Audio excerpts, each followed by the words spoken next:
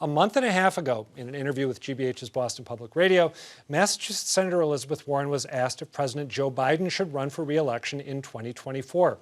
Her answer was unequivocal. Yes, he should run again, and he is running again.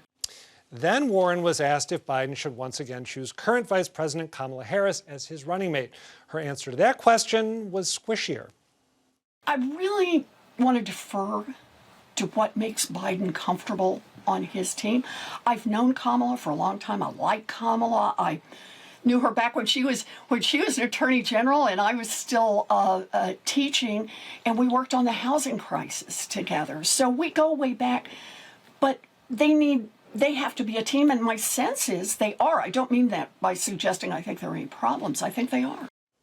A couple days later, Warren issued a clarification saying, quote, "I fully support the president's and vice president's re-election together and never intended to imply otherwise." And then the story faded away until this week when CNN reported that Warren has called Harris twice to apologize for her remarks and that Harris hasn't called back. That same report said many Harris confidants were infuriated by Warren's comments, which they saw as, quote, "the latest in a long string of snubs to a vice president they say has never gotten the respect or support she deserves."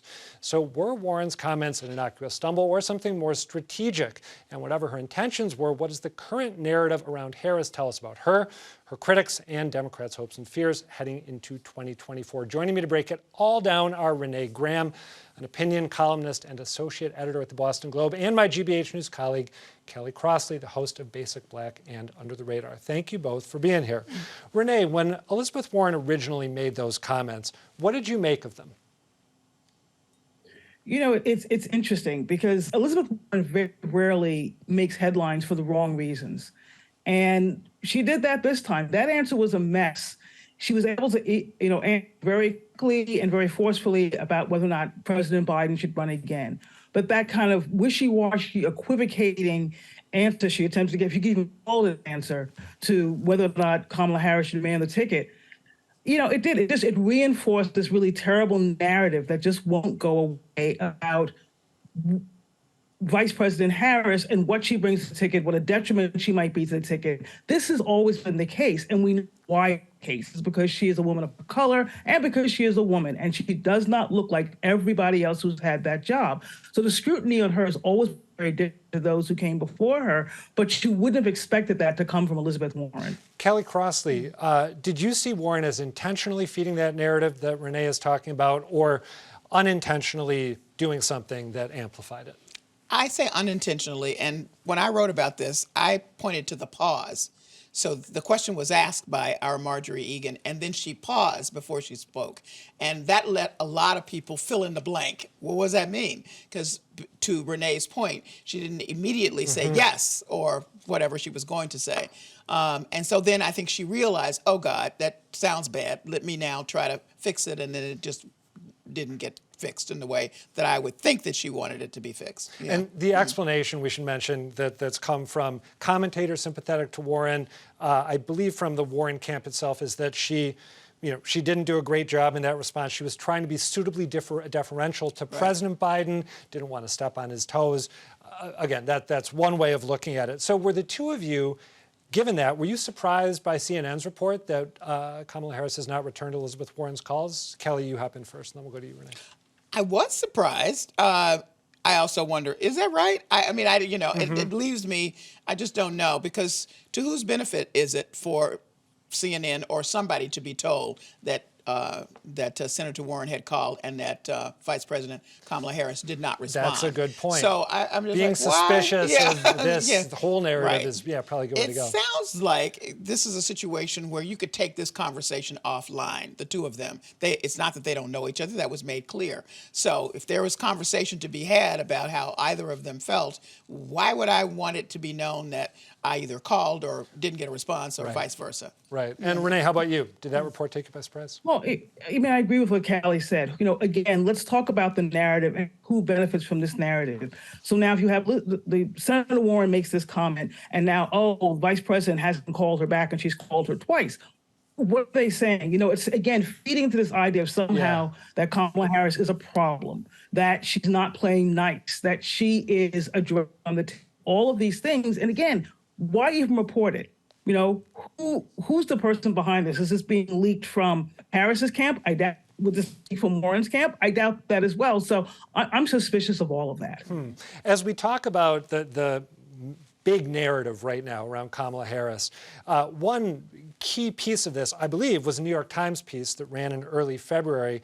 I want to quote from it really quickly here. And forgive me, I seem to have buried my quote. Here we go.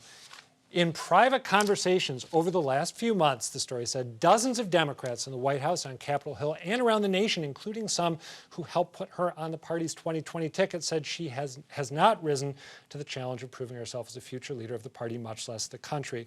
Renee, I went back and looked at some columns you've done over the past few months. Your contention is that that is exactly wrong, right? That Kamala Harris deserves credit for in a couple areas where she's not getting it. What are the areas where you see that happening? Well, for me, the most obvious one is how she took up the topic of Roe v. Wade and abortion before the midterms. There was this, after the Supreme Court's decision to overturn Roe v. Wade, that everyone had just moved on, which was the most absurd thing I've ever heard, because people don't just move on having their rights taken away from them. And she made that her cause. She went to colleges, she spoke, she gave speeches. She made sure that abortion rights and reproductive rights stayed front and center going into the midterm elections. And we now know that that was a leading issue for a lot of voters. Everyone kept telling, no, forget about abortion, it's all about the economy. But it turned out that there were a lot of men and women who were very concerned about what was happening in this country with reproductive rights. And I don't think she got enough credit for that. And I think that that's a big reason why the Democrats not only extended, picked up an extra seat in the Senate, but also kept down the bleeding in the everyone was assuming was going to happen, and it was going to be a bloodbath. It wasn't. And I think that's because she had her eye on that prize and understood an issue that was going to be important that the pundits completely missed. You make a really compelling case in your column about that. I actually had not seen video of her appearance at Bryn Mawr until I read your piece. I want to show a little bit of it here because it points up everything you're talking about. Let's take a look. Look where we are. The highest court in our land, the United States Supreme Court, just took a constitutional right that had been recognized from the people of America, from the women of America. And on this subject, I think it's important to note that one does not have to abandon their faith or deeply held beliefs to agree the government should not be making this decision for her. And to your point, Renee Graham, that was at the end of October, a couple of days before the midterms. Callie, you wrote a piece recently in which you talked about watching Harris speak at the funeral for Tyre Nichols and realizing, as you watched her there, the extent to which her voice has been turned down, muted, minimized in recent months. Let's take first a look at some of what she had to say at Tyre Nichols' funeral and then come back and talk about it. As Vice President of the United States, we demand that Congress pass the George Floyd Justice and Policing Act. Joe Biden will sign it. And we should not delay, and we will not be denied. It is non-negotiable. Callie, you wrote about that, and you suggested that maybe someone is trying to get Harris to be quieter, but that she might also be doing that to herself. And that was a possibility that had never occurred to me. Why might she be muting herself?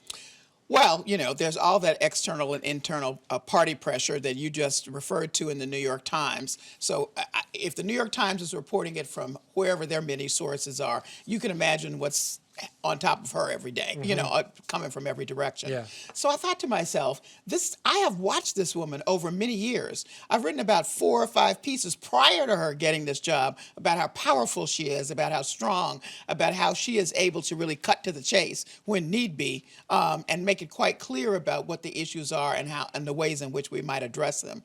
And I just thought what's happening, that she is is she being allowed to, or does she feel like, let me step back, because some suggested, would she overshadow the president? Now, I'm assuming the two of them have a good enough relationship to figure that out. I thought they had. So I've been puzzled by that. Now, I want to say, I wrote that piece before she went to Munich for the security conference. And when she went to the security conference, that was the Kamala Harris I know. She was out front. She was saying, this is what we're going to do, blah, blah, blah, blah, blah. It was, so I don't know. Maybe she felt like she could really step into her own because she could get away from Washington, for one thing. So, yeah. Closing question. We've only got a couple seconds left, but is it possible that the attacks on Harris, in addition to, as you said, Renee, maybe reflecting misogyny, racism, that they also reflect pent-up Democratic ambition, because Biden's not going anywhere, and also maybe anxiety about Biden himself, but you can't talk about whether he should run again, so you pick on his number two. Is that a possibility? Renee, you first, then Kelly. Oh, I don't know that we're having the same conversation about Kamala Harris if Joe Biden isn't 80 years old. So much of this is about what will happen if something happens to Biden and who's in that number two spot. Yeah. I think that is part of the scrutiny that Kamala Harris is getting. Okay, Kelly, last word to you. Yeah, I would say that is definitely the case, because people are saying, okay, what does it look like if she's in the chair and she has her hand on the red button? And how do I feel about that? Something worth keeping in mind. Every time we hear this, it's also about the number one. Callie Crossley, Renee Graham, thank you both.